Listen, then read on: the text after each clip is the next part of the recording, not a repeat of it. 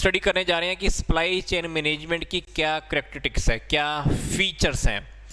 Features के अंदर सबसे पहले हमारे पास आ रहा है कि कहता है कि सप्लाई चेन मैनेजमेंट की जो भी डेफिनेशंस हैं, डेफिनेशन हमने स्टडी नहीं की हैं फिलहाल, वो बता रहा है कि जो भी डेफिनेशन है, डेफिनेशन के अकॉर्डिंग हमारे पास काफ़ी सारी करैक्टरिस्टिक्स है, काफ़ी सारी खास बात है जिससे हम इसको सक्सेसफुली इम्प्लीमेंट कर सकते हैं। और ये करैक्टरिस्टिक्स कौन सी हैं देखते हैं। सबसे पहला पॉइंट है हमारा इन्वेंट्री के बारे में। इन्वेंट्री तो कहता है कि the very focus of the supply chain management in managing the flow and level of inventory, हमको इन्वेंट्री के फ्लो के और लेवल पर ध्यान रखना चाहिए। कहता है कि the level of inventory must be sufficient, हमारे पास जो इन्वेंट्री होना चाहिए गोडाउन के अंदर वो हमारे पास इतना तो होना चाहिए कि जिन कस्टमर को मैंने प्रोडक्ट देना है उनको हम प्रोवाइड कर सकें। बट अगर हमारे पास वो प्रोडक्ट अवेलेबल नहीं है और कस्टमर ने ऑर्डर दे दिया तो फिर कस्टमर क्या हो जाएगा, सेटिस्फाई नहीं होगा, फिर वो हमारी साइट पर विजिट नहीं करने वाला, प्रोडक्ट परचेज नहीं करने वाला। तो अपने को प्रोडक्ट का एक मिनिमम लेवल ऐसा लगा लो सफिशिएंट लेवल हमको रखना चाहिए, but low enough to minimise supply chain cost. तो वो लेवल इस तरह के होना चाहिए कि हमारी कॉस्ट भी कम रहे और हम कस्टमर्स को भी सेटिस्फाई कर रखें। तो कहता है कि N inventory means the ready list of items, raw material and the other essential required for the product और सर्विस। तो जो भी हमने प्रोडक्ट या सर्विस देनी है उसके लिए जो भी हमको आवश्यक चीज़ें चाहिए, आइटम चाहिए, कच्चा माल चाहिए, वो हमारे पास होना चाहिए। और ये लिस्ट हमारे पास रेगुलर अप टू डेट होनी चाहिए। To available stock and the required stock, हमारे पास सारी बातें हमारे पास अप टू डेट होनी चाहिए, क्योंकि अगर हमारे पास अप टू डेट नहीं है, आपको पता है जो भी लोग ऑनलाइन सेल परचेज करते हैं उनको लिस्टिंग करनी होती है, ये भी बताना होता है कि मेरे पास स्टॉक में कितना रखा हुआ है, प्रोडक्ट खत्म तो नहीं हो गया, तो वो अप टू डेट वहाँ पर इंफॉर्मेशन रखते हैं। क्योंकि अप टू डेट इन्फॉर्मेशन नहीं होती है और कस्टमर ने हमको ऑर्डर दे दिया और हमारा ऑर्डर हम पूरा नहीं कर पाए तो फिर एक नेगेटिव फ्लो भी बन जाता है, नेगेटिव फीडबैक या नेगेटिव रेटिंग भी हो जाती है कि बंदा प्रोडक्ट अवेलेबल नहीं करा रहा है। इसलिए इन्वेंट्री की बात के ऊपर बहुत ज़्यादा जोर दे रहे हैं। जब भी आप इन्वेंट्री की बात कर रहे हैं तो अपने को देखना है कि अगर आपको कस्टमर को सेटिस्फाई करना है तो जो भी प्रोडक्ट या सर्विस दे रहे हो तो वो हमारे पास एक मिनिमम लेवल कर, एक एक्सेप्टेंस लेवल तक हमारे पास होनी चाहिए गोडाउन के अंदर इन्वेंट्री की फॉर्म में। तो वो नहीं है तो आप सही से काम नहीं कर पाओगे। ठीक है, तो business is now pair more tension to component due to this impact on the supply chain. आजकल हम इन्वेंट्री के ऊपर बहुत ज़्यादा ध्यान देने लगे हैं और पूरा का पूरा हम रिकॉर्ड मेंटेन करके रखते हैं। टाइम टू टाइम हमारे पास इंफॉर्मेशन हमारे पास रहती है कि हमारे पास गोडाउन में कितना रखा हुआ है। आपके आसपास भी देखना, बहुत सारे लोग ऑनलाइन सेल करने का काम करते हैं तो उनके पास स्टॉक रहता है कि मेरे पास कितना स्टॉक रखा हुआ है, लिस्टिंग भी करते हैं, प्रोडक्ट क्वांटिटी में ऑनलाइन कितने अवेलेबल हैं, कस्टमर मिनिमम या मैक्सिमम कितने प्रोडक्ट का ऑर्डर एक साथ दे सकता है। तो इन्वेंट्री के बारे में हमको पूरी पूरी इन्फॉर्मेशन रखनी चाहिए। तो बोल रहे हैं कि कंपनीज को आजकल इस टाइप की इन्फॉर्मेशन रखनी ज़्यादा अच्छी रहती है क्योंकि उसका सप्लाई चेन के ऊपर बहुत बड़ा इंपैक्ट पड़ता है। दूसरी बात है कॉस्ट। अब कॉस्ट की बात तो हमने पहले भी स्टडी की थी। कॉस्ट हमको क्या करनी होती है, मिनिमम। कहता है कि सप्लाई चेन मैनेजमेंट का जो एम है, हायर लेवल ऑफ एफिशिएंसी और लोअरिंग द कॉस्ट, कॉस्ट को कम करना ये हमारा टारगेट रहता है। यहाँ पे कॉस्ट का मतलब क्या है, cost at the end of the end supply. This means the company that the part of the supply chain are to be aware that the impact their approaches and activities have upon their vendors और the customer और the both. और उसकी cost का customer या vendor के ऊपर क्या effect पड़ेगा। तो कहता है कि आज के टाइम के अंदर हमारा जो इन्वायरमेंट हो गया वो ग्लोबलाइजेशन हो गया। कंपनियों को आजकल क्या करना पड़ रहा है, कोऑर्डिनेशन करना पड़ रहा है सप्लाई चेन की एक्टिविटीज के साथ, इंफॉर्मेशन शेयर करने के साथ कुछ प्लानिंग करनी होती है, अपने कॉस्ट के ऑब्जेक्टिव को पूरा करना होता है। इसलिए सभी कंपनीज को कॉस्ट के साथ आजकल कोई भी कॉम्प्रोमाइज नहीं करना होता। कॉस्ट हमको इस तरह से रखनी है ताकि कस्टमर को या वेंडर को या सप्लायर को भी ज़्यादा फील ना हो, मतलब आगे के जो भी रिटेलर हैं, होलसेलर हैं, उनके पास ये प्रोडक्ट पहुंच जाए और कस्टमर तक भी पहुंच जाए। तो अपने को कॉस्ट भी देखना होता है, हमको कॉस्ट कम पड़े ताकि हम आगे से जो प्रोडक्ट हम आगे भेजने वाले हैं वो सही तरीके से पहुँच पाए, उन लोगों को भी कॉस्ट ज़्यादा ना लगे। तीसरी बात है इन्फॉर्मेशन। कहता है कि management of the flow of information is a key factor for the both efficiency and the effectiveness in the supply chain. So certainly the information flow should be directional flow of the really maximize the potential of the supply chain management. Supply chain management की जो भी हमारी requirement होती है, जो भी हमारा target है, उसको पूरा करने के लिए हमारा इंफॉर्मेशन का फ्लो भी सही होना चाहिए। एक की feature is sharing information up and down the supply chain. तो ऐसा लगा लो कि हमारे पास इंफॉर्मेशन कस्टमर के पास से भी आ जाए, कस्टमर की फीडबैक की फॉर्म में भी आ जाए और कस्टमर को हमें क्या क्या सेल करना है, तो कस्टमर तक की भी हमें अपनी इंफॉर्मेशन भेज देनी चाहिए। तो सप्लाई चेन मैनेजमेंट के अंदर जो थर्ड फीचर है, थर्ड कैरेक्टरिस्टिक्स है, वो है इन्फॉर्मेशन लेकर।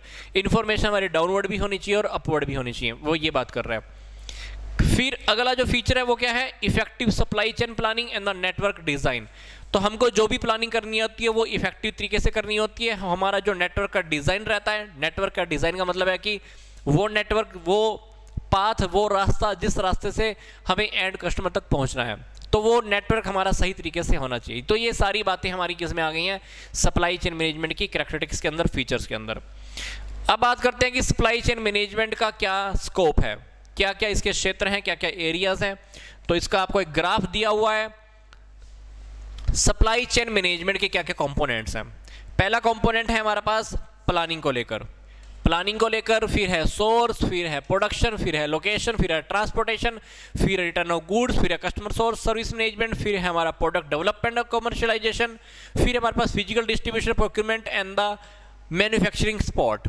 तो ऐसा नहीं है कि सप्लाई चेन मैनेजमेंट के अंदर हम प्रोडक्ट या सर्विसेज को ही फ्लो कराते हैं या प्रोडक्ट या सर्विसेज को हम एंड कस्टमर तक ही पहुंचा देते हैं, ये सारी बातें आती हैं। इसके अलावा भी सप्लाई चेन मैनेजमेंट के अंदर प्लानिंग की बात है, प्रोडक्ट हमारे पास कहाँ कहाँ से आने वाला है, प्रोडक्शन की बात है, लोकेशन की बात है, ट्रांसपोर्टेशन की बात है, गुड्स को रिटर्न लेने की बात है, कस्टमर को सर्विस देने की बात है, प्रोडक्ट को डेवलप करने की बात है, गुड्स या सर्विसेज की जो हमारा जो टॉपिक आएगा फिजिकल डिस्ट्रीब्यूशन का, ये सारी बातें भी हमारी किस में आने वाली हैं, सप्लाई चेन मैनेजमेंट में आने वाली है। हालांकि हमने स्टार्टिंग में क्या स्टडी किया था, raw material, work in progress, finish goods, distributor and and customer. But इसके अलावा भी सप्लाई चेन मैनेजमेंट का जो स्कोप है, जो एरिया है, वो बहुत बड़ा है। कैसे, इसके अंदर तो प्लानिंग भी आ गई, सोर्स भी आ गया कि प्रोडक्ट जो रॉ मटेरियल है, उस रॉ मटेरियल के सप्लायर कौन कौन से होंगे। तो प्रोडक्ट की प्लानिंग, सप्लाई चेन मैनेजमेंट की प्लानिंग तो आ ही रही है। इसके अलावा क्या क्या आ रहा है, प्रोडक्ट के सप्लायर कौन होंगे, बोले तो सोर्स। फिर हमारे पास आ रहा है कि प्रोडक्शन के टाइम पे भी आपको ध्यान रखना है, लोकेशन का ध्यान रखना है, ट्रांसपोर्टेशन का ध्यान रखना है, जो कस्टमर हमको गुड्स वापस करते हैं उसका ध्यान रखना है, कस्टमर को जो हम सर्विसेज देते हैं उसका ध्यान रखना है, उसकी जो मैनेजमेंट है वो भी करना है, प्रोडक्ट को डेवलपमेंट करना है। फिर इसी तरह से जो हमारा फिजिकल डिस्ट्रीब्यूशन है या मैन्युफैक्चरिंग सपोर्ट है, वो भी अपने को ध्यान रखना है। तो इसके स्कोप के अंदर अब हम थोड़ा सा ध्यान से टॉपिक को देख लेते हैं। तो सबसे पहले है हमारे पास प्लानिंग की बात मैंने आपको पहले भी बताई थी। सप्लाई चेन मैनेजमेंट की प्रोसेस को हम पूरी तरह से प्लान करते हैं, क्या काम होगा, कैसे होगा, सारी बात प्लानिंग के अंदर आ गई। तो this is the important stage, ये एक इंपॉर्टेंट स्टेज होती है before the beginning of the entire supply chain. किसी भी सप्लाई चेन को स्टार्ट करने से पहले हम सारी स्ट्रेटेजीज को क्या करते हैं, फाइनलाइज करते हैं और उसको अपनी जगह पर लेकर आते हैं।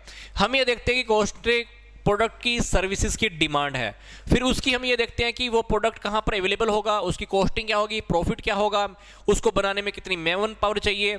तो ये सारी बातें हम साथ में लेके चलते हैं, प्लानिंग में लेके चलते हैं। तो it is difficult to achieve effective long term benefits without a proper plan या स्ट्रेटेजी। तो अगर हम प्रॉपर प्लान या स्ट्रेटेजी नहीं बनाते हैं तो जो हमारा टारगेट है लंबे समय के लिए बेनिफिट कमाना या लंबे समय के लिए हमको कॉस्ट कम करना, उस टारगेट को हम अचीव किसी भी हालत में नहीं कर पाते। तो अपना पहला मतलब क्या है, अपने को प्लानिंग करनी बहुत जरूरी है। तो प्लानिंग के अंदर बहुत सारी बातें आ गई हैं, ठीक है, प्रोडक्ट को लेकर, तो ये सारी की सारी बातें आ गई। फिर हम बात करते हैं सोर्सेज की। सोर्सेज के अंदर मैंने आपको पहले ही बताई थी कि सबसे पहले हम देखते हैं कि हमारे पास क्या होता है, सप्लायर्स की बात। तो सोर्सेज का टॉपिक ऐसा लगा लो कि सप्लायर्स का टॉपिक है। तो here we have to select the suppliers, यहां पर हमको क्या करना है, सप्लायर्स को डिसाइड करना है, जो गुड्स को सप्लाई करते हैं, सर्विसेज को सप्लाई करते हैं, जिससे हमारा फाइनल प्रोडक्शन डन होता है।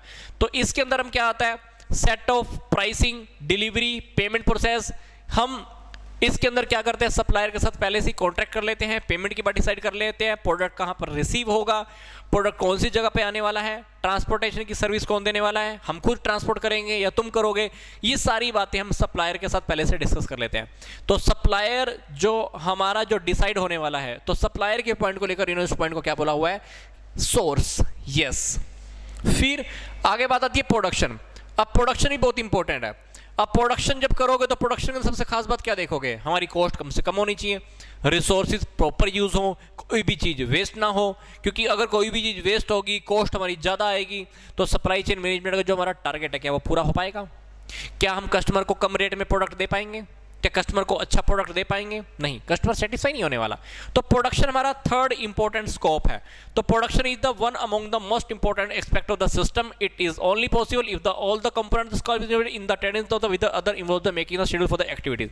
जो भी एक्टिविटीज करनी है उन एक्टिविटीज को हम बराबर लेके चलें, प्रोडक्शन के लिए, टेस्टिंग के लिए, पैकेजिंग के लिए, डिलीवरी के लिए। तो प्रोडक्शन के काम के अंदर जो भी एक्टिविटीज है वो एक्टिविटीज हमारी प्रॉपर तरीके से होनी चाहिए, प्रोडक्शन टाइम पे होना चाहिए।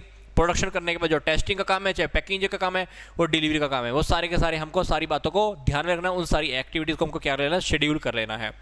ठीक है, तो इसके अंदर हम क्वालिटी के लेवल को चेक करते हैं, प्रोडक्शन का आउटपुट, प्रोडक्टिविटी लेबर की क्या है, ये सारी बातें भी हम ध्यान में लेके चलते हैं। फिर अगली बात आती है सप्लाई चेन मैनेजमेंट का जो फोर्थ स्कोप है, that is location. Yes, location. अब लोकेशन को भी अपने को ध्यान में रखना है।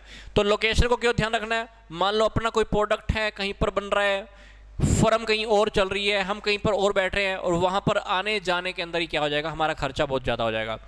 तो लोकेशन को भी बहुत ध्यान में रखो, क्योंकि लोकेशन अगर बहुत दूर हो गई तो फिर आपकी कॉस्ट बढ़ जाएगी, कॉस्ट ट्रांसपोर्टेशन की बढ़ गई तो प्रोडक्ट महंगा।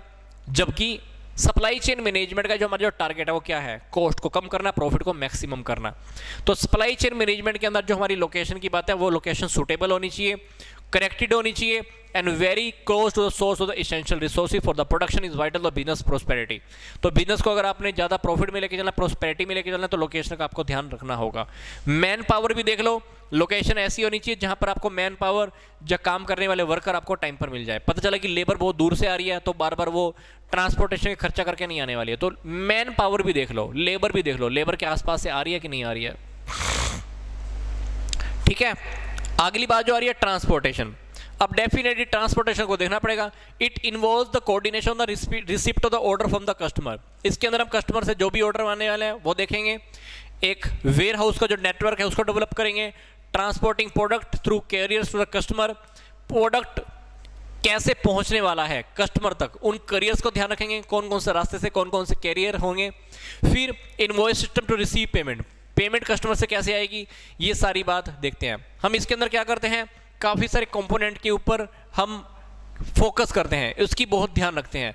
तो इससे हमारा बेनिफिट होगा, इससे हमारी कॉस्ट कम होएगी, प्रोडक्शन की कॉस्ट कम होने वाली है, और हमारा कहीं ना कहीं प्रोडक्ट हमारा सही टाइम पर पहुंचने वाला है। क्योंकि ट्रांसपोर्टेशन को अगर आप नहीं देखोगे तो हमारे जो प्रोडक्ट हैं वो कस्टमर तक टाइम पर नहीं पहुँचने वाले हैं, और हमको देखना होता है कि इसका जो खर्चा आना चाहिए वो मिनिमम से मिनिमम आना चाहिए। फॉर एग्जाम्पल आपने देखा होगा, जब भी आप कोई प्रोडक्ट खरीदते हो, कुछ प्रोडक्ट तो होते हैं फ्री डिलीवरी, कुछ प्रोडक्ट होते हैं 300 का प्रोडक्ट और 300 रुपये का आपको डिलीवरी चार्जेस पड़ रहा है। क्या आप ऑर्डर करते हो?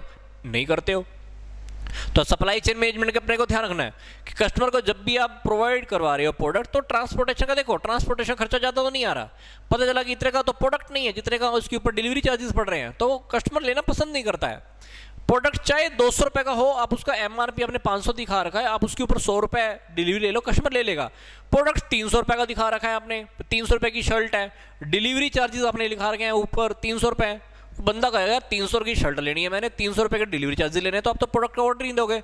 तो इस तरह से हमको ध्यान रखना होता है कि लोकेशन ऐसी हो जिससे हमारे कस्टमर्स का भी ध्यान रखें, गुड्स की सप्लाई अच्छी से हो जाए, हमारे मैन पावर अच्छे से आ जाए, ट्रांसपोर्टेशन का ध्यान रखो। ट्रांसपोर्टेशन की सबसे खास बात हमको ध्यान रखनी होती है। इसके बाद है रिटर्न ऑफ गुड्स। ये कंपोनेंट क्या है, ये सोर्स क्या है? ये कहता है कि reverse flow of goods from the customer to the producer. जब हमने देखा कि जब किसी प्रोड्यूसर को प्रोडक्ट पसंद नहीं आता, प्रोडक्ट क्या करता है, प्रोडक्ट को वापस करता है। ये बात हमने पहले भी देखी थी।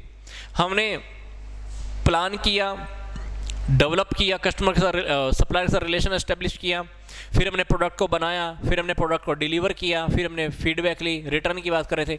तो वही के वही पॉइंट यहाँ पर आने चाहिए। तो प्रोडक्ट के अंदर गलती हमारी वजह से है तो हमको टाइम पर कस्टमर को कॉल कर लेनी चाहिए, अपोलाइज कर देना चाहिए, माफ़ी मांग लेनी चाहिए, ये सब जरूरी है बड़ा। तो ये एक गुड कस्टमर बॉन्डिंग ही क्रिएट ही नहीं करता, बल्कि हमारी गुडविल भी अच्छी हो जाती है। तो रिटर्न के टाइम पर भी देख लो, रिटर्न आपको प्रोडक्ट कैसे आप सामने वाले से रिसीव कर रहे हो, सामने वाले ने क्या कंप्लेंट डाली है, तो सामने वाले को ऐसे ग्रांटेड लो, सामने वाले की प्रॉब्लम को सुनो, सॉरी मांग लो, प्रोडक्ट को रिसीव कर लो, सामने वाले को पेमेंट दे दो। सामने वाले को अगर आप सॉरी बोल दोगे, पेमेंट मांग लो, पेमेंट वापस दे दोगे या कोई प्रोडक्ट चेंज करके दे दोगे, तो उससे आपकी गुडविल ही क्रिएट होने वाली है, आपकी मार्केट अच्छी होती है। तो यही बोल रहा है, इससे हमारी कस्टमर के साथ बॉन्डिंग अच्छी होती है और हमारे जो रिलेशन है जो कस्टमर के साथ वो अच्छे होते हैं, और हमारी मेंटेन जो गुडविल होती है वो लॉन्ग रन के लिए हमारी मार्केट में अवेलेबल रह जाती है। कुछ हमारे दूसरे कंपोनेंट भी है, जैसे हमने यहाँ पर 6 कंपोनेंट स्टडी किए ना सप्लाई चेन मैनेजमेंट के, कुछ कंपोनेंट और भी हैं, जैसे कस्टमर सर्विस मैनेजमेंट। तो इसके अंदर हम क्या लेके चल रहे हैं, कस्टमर रिलेशन कमेटी, कस्टमर की फीडबैक लेने वाले फॉर्म, ऑर्डर टेकिंग या order fulfilment, order delivery, collection of money, ये सारी बातें भी इसके अंदर आ गई। कस्टमर की सर्विस को लेकर, तो कस्टमर की सर्विस को लेकर जो भी मैनेजमेंट है, that is customer service management. तो इसमें हम कस्टमर के साथ रिलेशन बनाने की बात कर रहे हैं, अच्छी हमारी बॉन्डिंग रहे, उनसे फीडबैक लें, उनको कौन कौन सा प्रोडक्ट पसंद है, कस्टमर की प्रॉब्लम को सुलझाने के लिए, कस्टमर की प्रॉब्लम को सॉर्ट आउट करने के लिए कमेटीज हैं, ऑर्डर डिलीवरी की बात हो रही है, ऑर्डर फुलफिलमेंट बात हो रही है, मनी के कलेक्शन की बात आ रही है, ये सारी की सारी बातें यहाँ पर आ रही हैं। फिर product development and the commercialisation, इसके अंदर क्या करते हैं, product data management, product line development, product launch, product supply, product market share, customer satisfaction, profit margin, return to shareholder, ये सारी की सारी बातें आ गई। रिटर्न टू स्टेक होल्डर्स, ये आ गई प्रोडक्ट की डेवलपमेंट एंड द कमर्शियलाइजेशन। फिर इसी तरह से हमारा जो थर्ड स्कोप है, एक अदर कंपोनेंट का जो थर्ड स्कोप है वो क्या है, physical distribution, manufacturing support and the procurement. तो इसके अंदर क्या है, एंटरप्राइज रिसोर्स प्लानिंग, जैसे हमने टैली में भी देखा था, सारा का सारा डेटा मेंटेन करते हैं। फिर वेयर हाउस की मैनेजमेंट, फिर मटेरियल मैनेजमेंट, फिर मैन्युफैक्चरिंग की प्लानिंग, फिर ह्यूमन रिसोर्स मैनेजमेंट, ये सारी की सारी बीच में किस में आ गई है, ये थर्ड कंपोनेंट के अंदर आ गई है। तो 6 कंपोनेंट मैंने ऊपर स्टडी करवाया आपको, और ये 3 कंपोनेंट आपको अलग से स्टडी करने को मिल रहा है। तो देखा जाए तो सप्लाई चेन मैनेजमेंट का एक बहुत बड़ा एरिया है जो हम कवर करके चलते हैं। तो सप्लाई चेन मैनेजमेंट मैं आपको फिर से बता रहा हूँ, एक आपस में खुद में एक किताब ही नहीं है, एक सिलेबस ही नहीं है, बल्कि खुद में एक बहुत बड़ा कोर्स भी है। तो that is supply chain management.